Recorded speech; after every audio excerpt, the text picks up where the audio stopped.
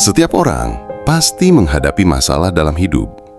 Tidak ada satupun manusia yang terbebas dari cobaan, kesulitan, dan penderitaan. Masalah bisa datang dari mana saja.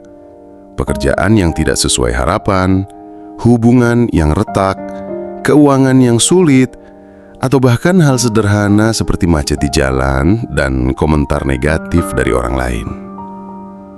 Namun, bukan masalah itu sendiri yang menentukan kebahagiaan kita, melainkan bagaimana kita menanggapinya. Filsuf Stoik percaya bahwa ketenangan jiwa tidak bergantung pada dunia luar, tetapi pada kita, cara kita memandang dan mengelola batin kita sendiri. Marcus Aurelius pernah menulis, "You have power over your mind, not outside events. Realize this, and you will find strength." Kamu memiliki kuasa atas pikiranmu, bukan atas kejadian di luar dirimu. Sadarilah ini, maka kamu akan menemukan kekuatan.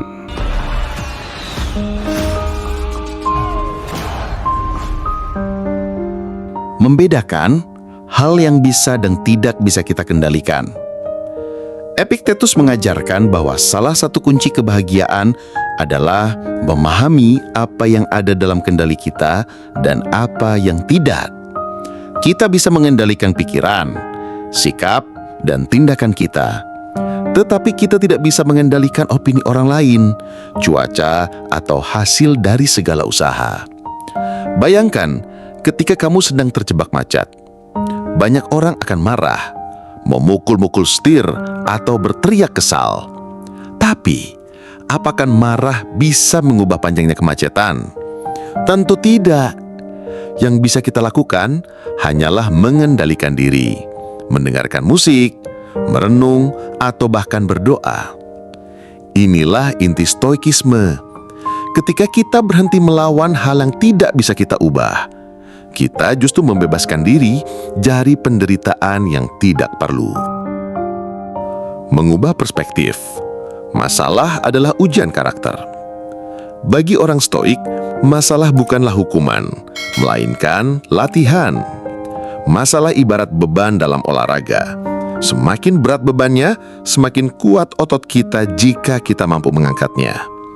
Marcus Aurelius menulis, "The impediment to action advances action. What stands in the way becomes the way." Halangan dalam tindakan justru mendorong tindakan. Apa yang menghalangi jalanmu, itulah jalanmu. Contohnya, ketika kamu gagal dalam ujian atau ditolak saat melamar pekerjaan, itu bisa menjadi alasan untuk menyerah.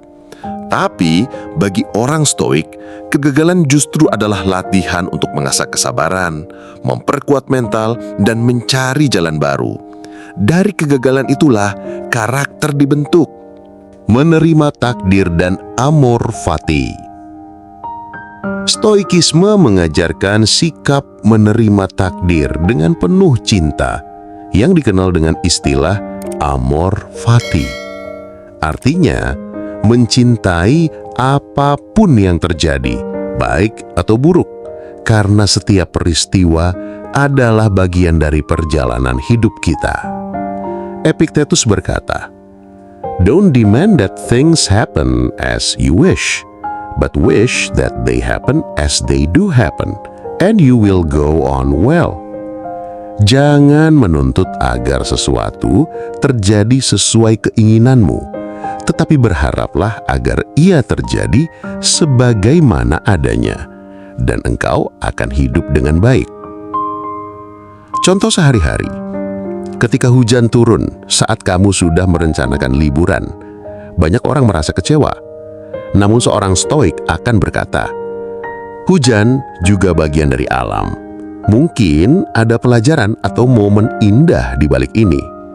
Dengan begitu, rasa kecewa berubah menjadi penerimaan. Melatih ketabahan lewat kesulitan kecil. Masalah besar sering terasa menghantam keras karena kita tidak terbiasa melatih diri menghadapi kesulitan kecil. Orang Stoik menekankan pentingnya latihan sehari-hari, menahan diri dari kemewahan, menerima kritik tanpa membalas, atau berpuasa sesekali untuk melatih kesabaran. Seneca menulis, "Difficulties strengthen the mind as labor does the body." Kesulitan menguatkan pikiran sebagaimana kerja keras menguatkan tubuh. Contoh nyata, ketika kita terbiasa berjalan kaki daripada selalu mengandalkan kendaraan, kita melatih ketahanan. Ketika kita berusaha sabar menunggu giliran di antrean panjang tanpa mengeluh, kita sedang memperkuat mental. Latihan-latihan kecil ini membuat kita lebih siap menghadapi badai besar kehidupan. Fokus pada tindakan, bukan hasil. Banyak penderitaan muncul karena kita terobsesi dengan hasil, padahal hasil seringkali berada di luar kendali kita. Seorang stoik fokus pada apa yang bisa dilakukan dengan baik dan menyerahkan hasilnya pada alam atau Tuhan. Marcus Aurelius menulis, "Never let the future disturb you. You will meet it if you have to with the same weapons of reason which today arm you against the present." Jangan biarkan masa depan mengganggumu. Jika engkau harus menghadapinya, engkau akan melakukannya dengan senjata akal yang kau miliki hari ini. Contoh, seorang siswa yang belajar keras untuk ujian tidak boleh terlalu cemas soal nilai. Yang penting adalah usaha belajar dengan sungguh-sungguh. Jika hasilnya bagus, itu hadiah. Jika hasilnya belum sesuai harapan, dia sudah melatih disiplin dan kesabaran. Menjaga ketenangan hati di tengah kekacauan. Stoikisme bukan berarti tidak punya emosi, melainkan mampu menjaga diri agar emosi tidak menguasai kita. Amarah, kesedihan, atau kecemasan boleh muncul, tapi jangan biarkan ia menjadi tuan atas hidup kita. Epictetus menasehati, "It's not what happens to you, but how you react to it that matters." Bukan apa yang terjadi padamu yang penting, tetapi bagaimana reaksimu terhadapnya. Contoh nyata, ketika seseorang dihina di media sosial, respon spontan banyak orang adalah marah atau balas dendam. Namun, seorang stoik bisa memilih diam atau membalas dengan bijak. Ketenangan hati adalah kekuatan sejati, bukan kelemahan. Bersyukur dalam segala keadaan. Salah satu obat dari penderitaan adalah rasa syukur. Orang stoik melatih diri untuk selalu menemukan sesuatu yang bisa disyukuri bahkan dalam keadaan sulit. Seneca menulis, "A wise man is contained with his lot, whatever it may be, without wishing for what he has not." Orang bijak merasa cukup dengan apa yang ia miliki, apapun itu, tanpa berharap berlebihan pada apa yang tidak ia milikinya.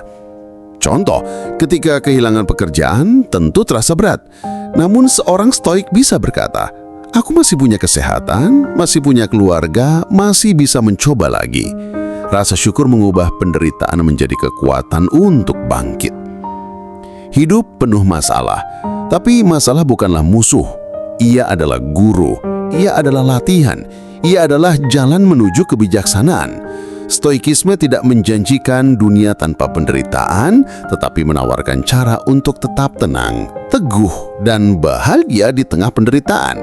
Seperti yang ditulis Marcus Aurelius dalam Meditations, "If you are distressed by anything external, the pain is not due to the thing itself, but to your estimate of it. And this you have the power to revoke at any moment." Jika engkau terganggu oleh sesuatu dari luar, penderitaan itu bukan disebabkan oleh hal itu sendiri, melainkan oleh penilaianmu terhadapnya. Dan penilaian itu bisa engkau cabut kapan saja. Jadi ketika hidup memberi masalah, berhentilah melawan dengan marah.